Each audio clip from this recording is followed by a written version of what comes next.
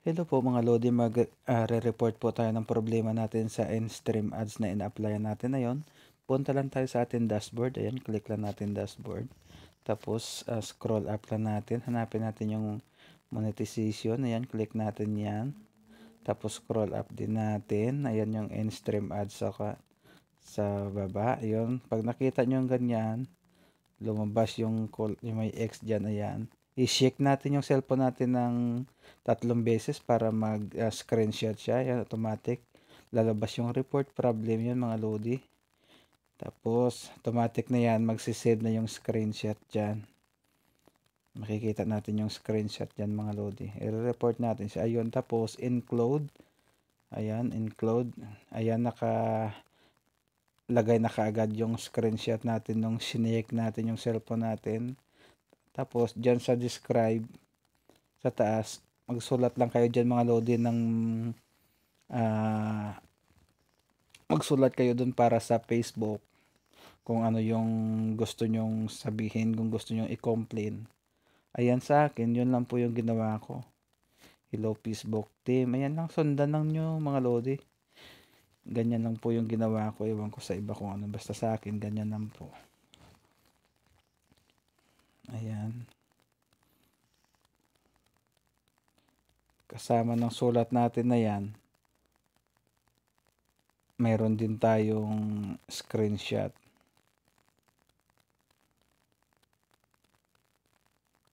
Ayan, kung gusto nyo, sundan nyo lang yan mga Lodi. Yan lang po yung ginawa ko. Tapos nag-antay po ako ng mga 2 to 3 weeks. Tapos lumabas na po yung set up your in-stream ads. Ayun. Tapos yung kasunod nito yung mga Lodi, ipapakita ko sa inyo yung pag-set up natin. Pagkatapos nyo sumulat dyan, i-click nyo lang yung parang arrow sa taas, yung send report. I-click nyo lang yan mga Lodi.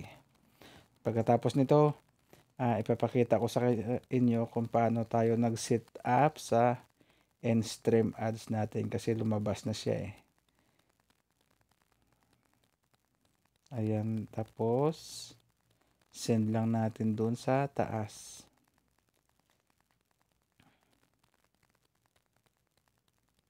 Ayan, send.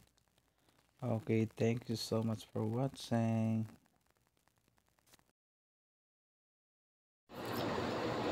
Mga Lodi yun. Punta muna tayo dito sa ating Facebook.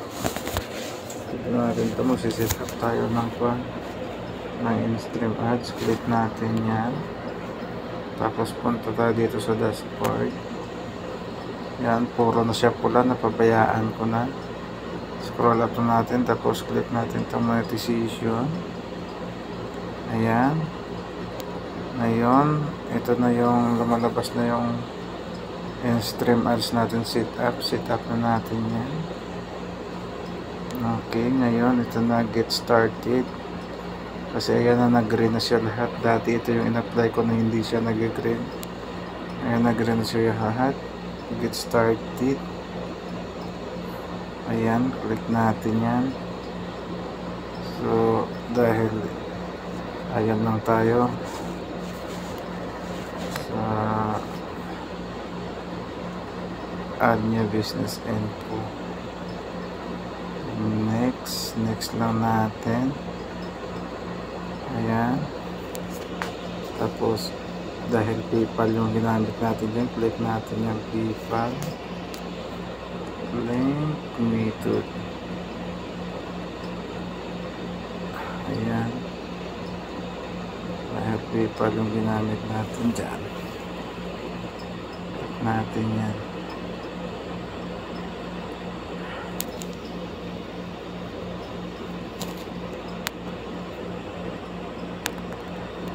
Submit or review. Your application is being reviewed. Thank you for submitting your application to start using in-stream ads. You will be notified if your application is approved within the next 2 weeks. 2 weeks pa pala? Matagal pa pala yan. So, matagal pa pa yung mga Lodi yung aantay natin. So, okay. Okay na, naikon na natin. So So balik tayo, i-refresh natin kung pumasok na yun. Balik tayo ulit, tapos click natin to ulit, dashboard. So ito na siya mga lodi, in-review na siya. Ito yung in-stream ads natin, in-reviews na siya.